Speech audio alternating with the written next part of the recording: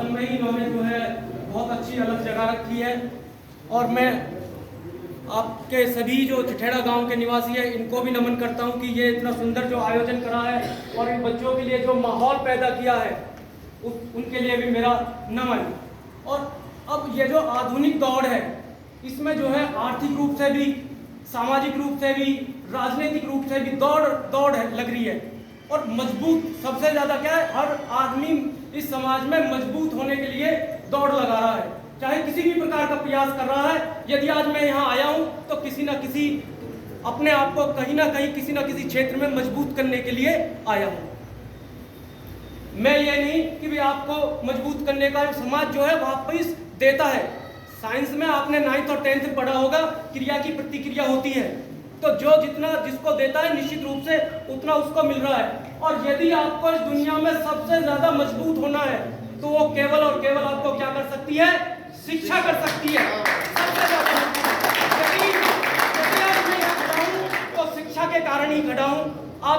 आप देख सकते हैं, यदि कोई भी सरकारी दफ्तर है या कोई भी आपकी किसी भी दीवार पे आप देखते हैं तो सभी महापुरुषों के जो है फोटो लगे हैं। कहीं गांधी जी का, अभी बड़े भाई जो है काफी लेनिन, या आप जो है अब इस टाइम देख रहे हैं विश्व गुरु की उपाधि जो है प्राप्त कर रहे हैं नरेंद्र मोदी जी। तो एक कारण, क्या कारण है, क्योंकि वो क्या कर रहे हैं, अपने लिए नहीं जी रहे, समाज के लिए जी रहे हैं। तो मेरी आप सभी से रिक्वेस्ट है कि अपने लिए, आपको किसी के लिए नहीं, अपने लिए दिन रात एक कर दीजिए। और जब रिजल्ट आएगा वास्तव में ही सकारात्मक आएगा, निश्चित रूप से ये गांव, ये क्षेत्र आपको पलकों पे बैठा लेगा। जब तक आप रिजल्ट नहीं दोगे, जब तक आपको कोई नहीं पूछेगा, ये ध्यान रखना, जब तक रिजल्ट नहीं दोगे तब तक कोई नहीं पूछेगा। और ये ध्यान रखिए, जब भी कोई बड़ा बना है तो बहुत छोटे छोटे प्रयासों से ही बना है। तो आज से ही प्रयास चालू कर दीजिए और निश्चित रूप से आपको अपना लक्ष्य मिलेगा, निश्चित मिलेगा आपको अपना लक्ष्य। लेकिन छोटे छोटे प्रयास आप चालू कर दीजिए। आप जब छोटा पौधा लगाते हैं तो वो कितने दिन में बड़ा होता है, तो आप लगा सकते हैं। ऐसा नहीं है कि एक महीने आपने तैयारी करी या एक साल तैयारी करी, रिजल्ट नहीं मिला तो हतोत्साहित हो गए। लगातार तैयारी करते रहिए। और सबसे अच्छी बात है, जब हमारे आसपास से कोई किसी कंपटीशन को बीट करता है तो हमें अपनी क्षमता का, वास्तविक क्षमता का तभी पता चलता है।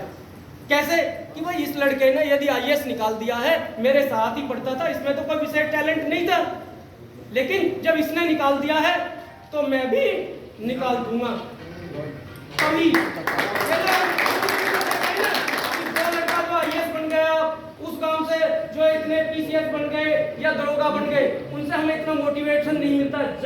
जब हमारे पास का कोई बच्चा नहीं बनता है तब तक हमें जो आग होती है वो आग नहीं होती है। मैं अपना आपको बताता हूँ, मम्मी पापा परिवार में जो सभी क्या है, अशिक्षित है, लेकिन धीरे धीरे कैसे, साथी का क्या कर रहा भैया तू, मैं MSc कर रहा हूँ, तो MSc कर ली।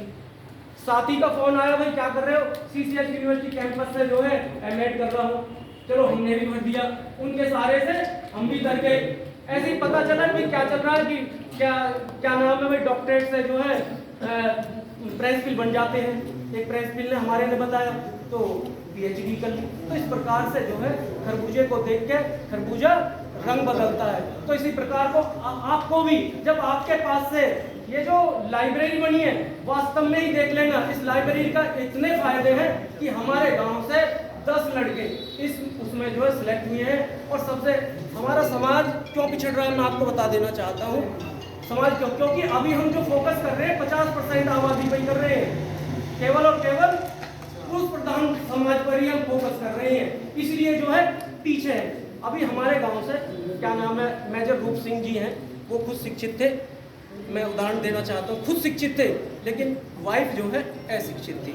तो बच्चे जो है पहुंचे तो हैं अच्छे मुकाम पे, लेकिन कम मुकाम पे पहुंचे हैं। आज ही उनकी पोती का, क्योंकि उनकी जो पुत्र वधू है वो लेक्चरार है, तो उनकी जो पहली पोती थी वो जो है 3 साल हो गए उसे जो MBBS की अपनी जो है पढ़ाई कर रही है। और दूसरी बिटिया का आज जो है फिर सिलेक्शन हुआ है नीट में। तो ये एक कारण क्या है, जब हमारी माता बहन भी शिक्षित होंगी तो निश्चित रूप से प्रभाव पड़ेगा, क्योंकि पुरुष क्या है, उसको हजारों काम है, अपनी जॉब भी देखनी है, राजनीति भी देखनी है, समाज भी देखना है, हुक्का भी देखना है। तो हमें क्या है, अपनी बेटियों पे भी ध्यान देना है और तभी हम जो है आगे बढ़ेंगे।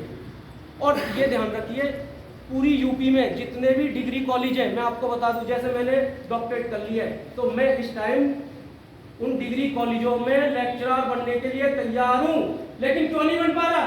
पता है क्यों नहीं बन पा रहा? क्योंकि हमारे समाज के लोग जो इंटरव्यू लेते हैं वहां पे कोई बैठा ही नहीं है। आप में कितना ही टैलेंट सही, आप नहीं बन सकते, क्योंकि इंटरव्यू चल रहा है वहां पे, आपको बाहर निकाल देंगे, इंटरव्यू का कोई जवाबदेही है ही नहीं। जब तक हमारे लोग उन सीटों पे नहीं बैठेंगे तो कितनी ही तैयारी करते रहे, हम जो है बहुत चंद रूप से सिलेक्ट हो पाएंगे। और बड़े भाई ने आरक्षण का बताया था, वास्तव में आरक्षण, बिना आरक्षण के तो कुछ हो ही नहीं सकता, क्योंकि आप देख सकते हो जितनी भी आईएएस पीसीएस हैं वो सब हाई कास्ट के हैं। उसका एक ही कारण है, आप देखते होगे मेरिट में नंबर बहुत अच्छे हैं लेकिन सिलेक्शन नहीं हुआ है। जिसके कम नंबर थे सिलेक्शन हो गया, क्योंकि वहां बैठा कौन है, उन्हीं के समाज से बैठा हुआ। तो हमें जो है कठिन परिश्रम करना है, इन सब चीजों को देखते हुए अपना काम करना। यदि हम कहीं पहुंच जाते हैं, अभी संजीव नागर जी ने बताया था कि क्या नाम है, मुझे पता चला कि भाटी जी हैं तो अपने क्षेत्र से हैं, तो हमारा क्या है, आधा काम तो वैसे ही हो जाता है। आत्मविश्वास हमें अपने आप बहुत ज्यादा हो जाता है कि भाई भाटी जी मिल गए, अब काम हो जाएगा, और काम हुआ भी। तो मेरी आपसे बस रिक्वेस्ट है कि भाई ज्यादा से ज्यादा जो इधर उधर की चीजें उन्हें 2 या 3 साल के लिए छोड़ दीजिए। यदि आपने 3 साल के लिए छोड़ दिया और जो आपका टारगेट है उस आप टारगेट को निश्चित रूप से अचीव कर लोगे। धन्यवाद।